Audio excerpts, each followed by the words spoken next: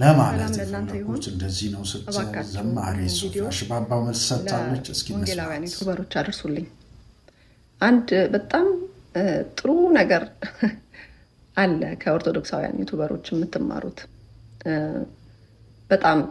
በጣም ነው ማደንቃቸው እንዴት ለሚፈልጉት ዓላማ የቆሙ እንደሆኑ ማለት ነው። ሰሞኑን በዮኒ ማኛ ቲክቶክ ላይ ገብቼ ያወራሁትን ነገር እንዴት አድርገው ቆራርጠው እነሱ ለሚፈልጉት ዓላማ እንደተጠቀሙበት ላሳያችሁ።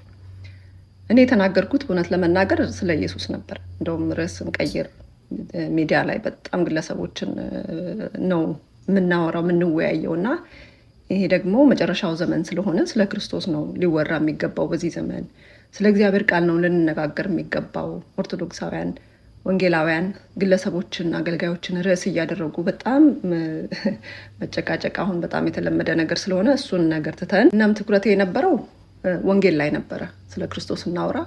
ክርስቶስ ሊመጣ በደጅ ነው። ምልክቶች ሁሉ በዓለም ላይ መጽሐፍ ቅዱስ ላይ የመምጫው ዘመን እንደተቃረበ እነዚህ ምልክቶች ያስረዳሉ ተብሎ የተጻፉት በሙሉ ተፈጽመዋል እና እባካችሁ በቃ ትኩረታችን ሁሉ ስለ እግዚአብሔር ቃል ይሁን፣ ወንጌል ላይ ይሁን። የሚያዋጣን እሱ ነው፣ ህይወታችንን የሚያድሰው የሚለውጠን እሱ ነው እያልኩ ነበር የምናገረው። ከዛ ደግሞ ስለ ወንጌላውያን ደግሞ የተናገርኩት ነገር ነበረ፣ እንዴት ትልቅ ቤተ እምነት እንደሆነ።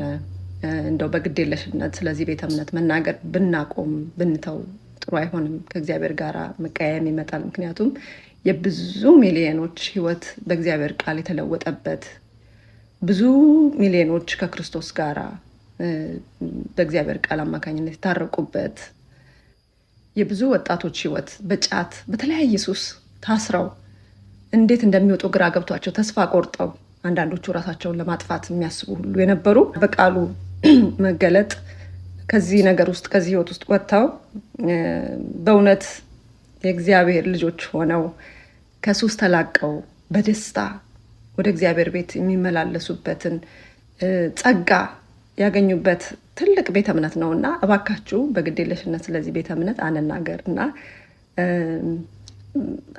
ብዙ ሰዎች ላይ ትንሽ የጥላቻ ንግግሮች፣ የማቃለል ንግግሮች ስለምሰማ ይሄ ነገር መልካም አይሆንም፣ ከእግዚአብሔር ጋር ያስተዛዝነናል ብዬ እንደውም እኔም ራሴ በዚህ ቤተ እምነት ውስጥ ነው የእግዚአብሔርን ቃል ተምሬ ከእግዚአብሔር ጋር ታርቄ በሱ መንገድ ለመሄድ የቻልኩት በህይወት ለመቆየት የቻልኩት ብዬ ነበር የተናገርኩት።